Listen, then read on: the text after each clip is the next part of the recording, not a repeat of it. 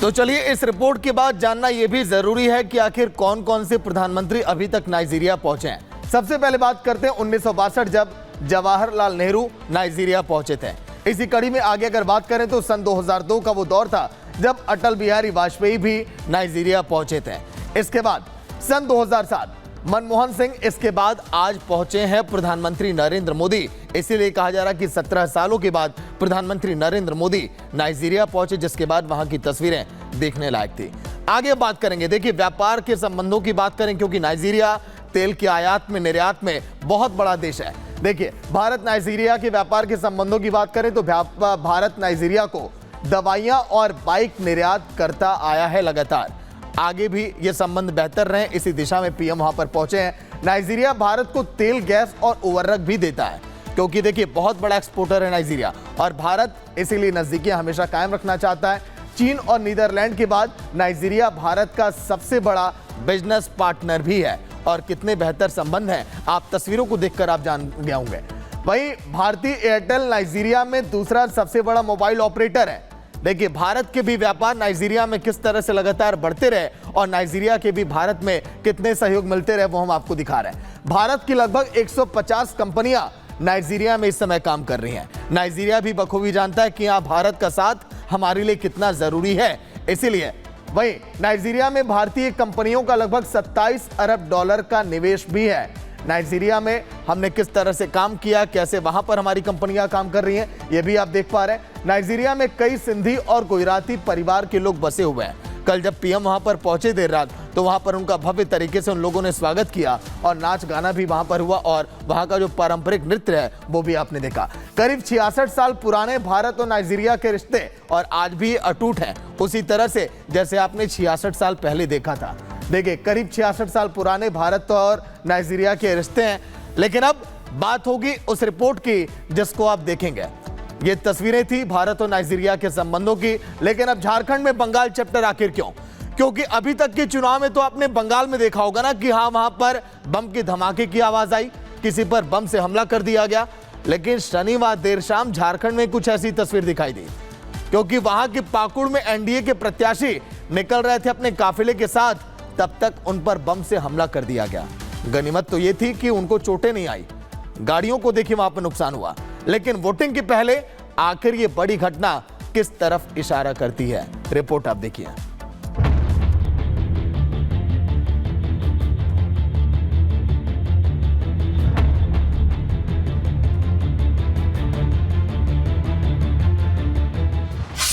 झारखंड में बंगाल वाला खेला।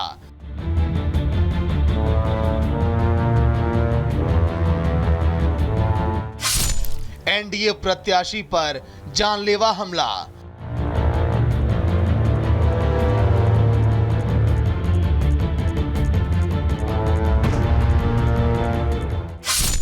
आखिर कहां से आए बमबाज?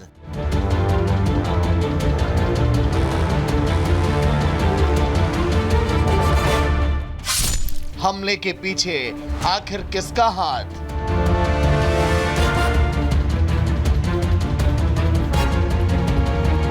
झारखंड में पहले चरण की धुआंधार वोटिंग के बाद अब सियासी जंग दूसरे चरण के लिए है। लेकिन इस बीच शनिवार देर रात जो हुआ उसे देखकर हर कोई हैरान था। ये तस्वीरें झारखंड के पाकुड़ की है, जहां आजसू के नेता और एनडीए के प्रत्याशी अजहर इस्लाम की गाड़ी पर बम से हमला हो गया। धमाके में अजहर इस्लाम तो बाल बाल बच गए, लेकिन उनकी गाड़ी के शीशे टूट गए। पूरी घटना पाकुड़ के कोटाल पोखर के विजयपुर में हुई, जब उस क्षेत्र में जनसंपर्क कर रहे थे।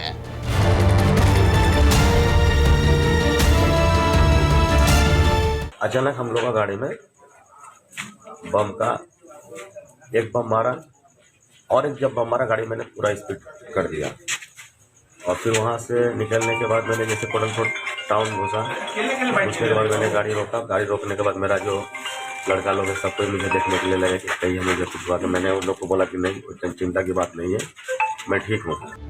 घटना पर पुलिस को जानकारी दी गई और जानकारी मिलते ही पाकुड़ एसपी मौके पर पहुंच गए। पुलिस ने अजहर इस्लाम से घटना की पूरी जानकारी ली और फिलहाल जांच अब जारी है। वहीं इस घटना को लेकर सुरक्षा के साथ ही साथ कई और चीजों पर भी अब सवाल उठ रहे हैं। आखिर इस घटना के पीछे किसका हाथ है? घटना को अंजाम क्यों दिया गया? क्या ये चुनावी हमला है या फिर कारण कुछ और है? ये सवाल का जवाब तलाशने में पुलिस अब लगी है। आपको बता दें कि इस सीट पर आरसू के अजहर असलाम की सीधी टक्कर कांग्रेस के निशात आलम से है। सीट पर तीसरे प्रत्याशी समाजवादी पार्टी के अकील अख्तर हैं।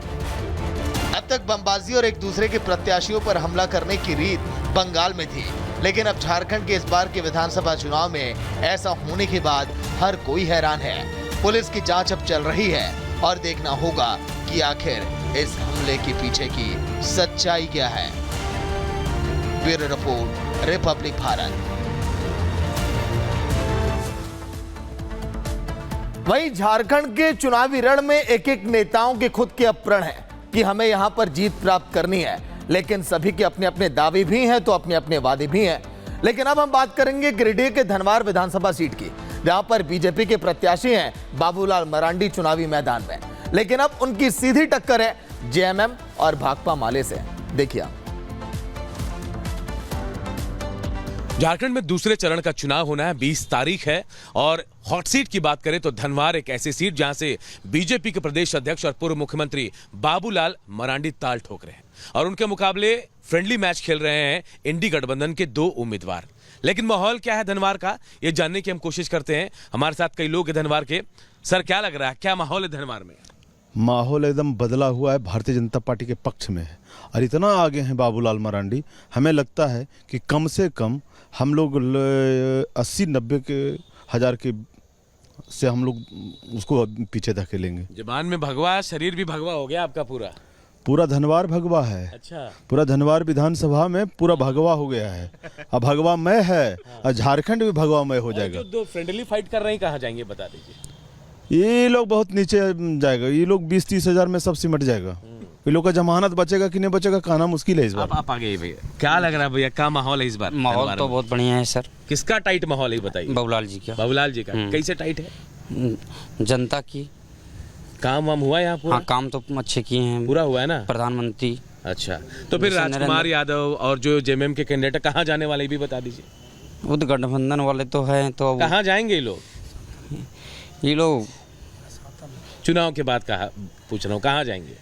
ये तो चुनाव के बाद तो आप कह रहे हैं बाबूलाल जी का माहौल है, बाबूलाल जी जीत गए तो ये कहाँ जाएंगे बता दीजिए। अपना घर से हम सेट हो जाएंगे घर पे। चलिए आप बताइए भैया, माहौल क्या लग रहा है धनवार? माहौल राज धनवार में भगवामय है। बाबूलाल मरांडी जी 80,000 वोट से जीतेंगे इस बार। हाँ।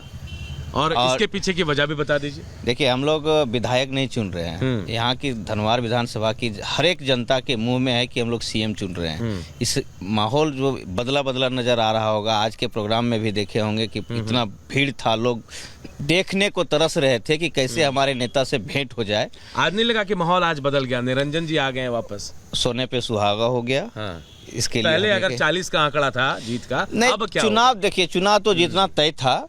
जनता सब समझ चुकी थी, जान रही थी पहले से कि चुनाव जीतना ही है। बट अब सोने पे सुहागा हो गया, बहुत बहुत बहुत आगे लीड हो जाएगा। जो माहौल बना है अमित शाह के आने के बाद, लग रहा है बाबूलाल जी बहुत लीड करने वाले हैं। बहुत लीड, 90 पार है। 90 पार है। हाँ जी। और बाकी कहाँ जा रहे हैं? कहाँ अपना धरातल में। कहाँ पार करेंगे? बंगाल के खाड़ी में। अच्छा, बंगाल के खाड़ी भेज देंगे। मतलब इतना दूर जाएंगे? इतना दूर, जमानत जब्त है।